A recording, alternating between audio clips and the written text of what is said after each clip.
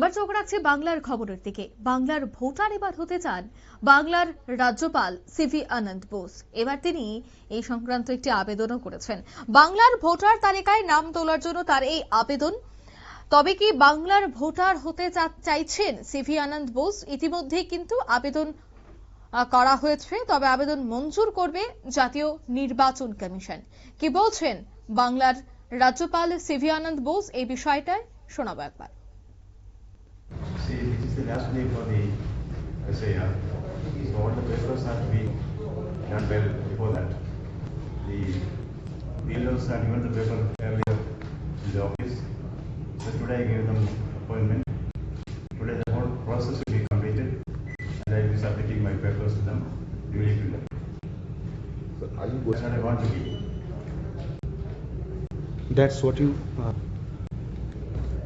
Mentally, emotionally, I am merged in the life of West Bengal.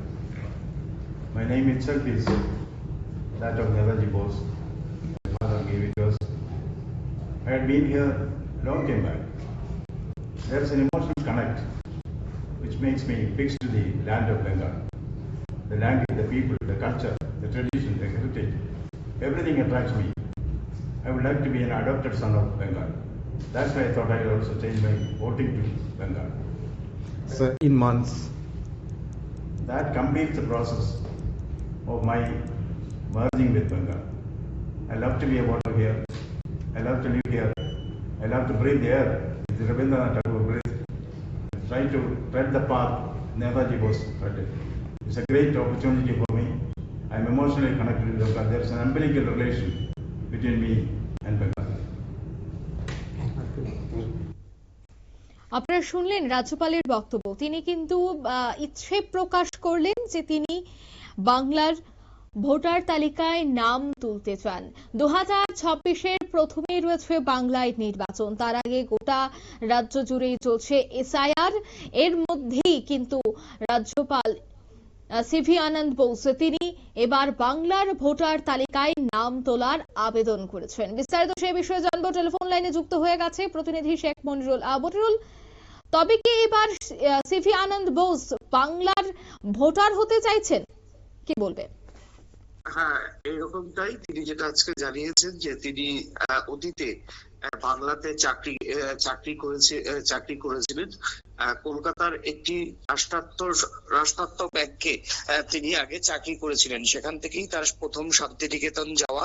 এবং তিনি যেটা জানিয়েছেন সুভাষচন্দ্র বোস তিনিও নিজে সিভি আনন্দ বোস বাংলার সঙ্গে তিনি একাত্ম বোধ হতে চান।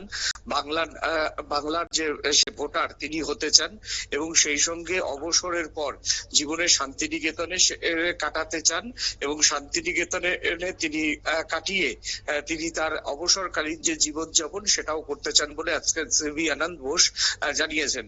আমরা ঠিক গত 2 বছর আগে সরস্বতী পুজোয় দেখেছিলাম তিনি সরস্বতী পুজোর অঞ্জলি দিয়ে তিনি জানিয়েছিলেন যে তিনি বাংলা বলতে পারেন, বাংলা বুঝতে পারেন, কিন্তু বাংলা লিখতেও পারেন, তবে ব্যাকরণ মেনে তিনি লিখতে পারেন না। তাই তিনি বাংলার একজন মাস্টার শিক্ষক, তিনি কিন্তু বাংলার একজন তিনি একজন বাংলা শিক্ষক তার জন্য নিয়োগ করেছিলেন এবং তিনি কিন্তু বাংলা লেখা এখন শিখেছেন এবং অনেকটাই গ্রামার আর্টিকেল মেনে তিনি লিখতে পারে।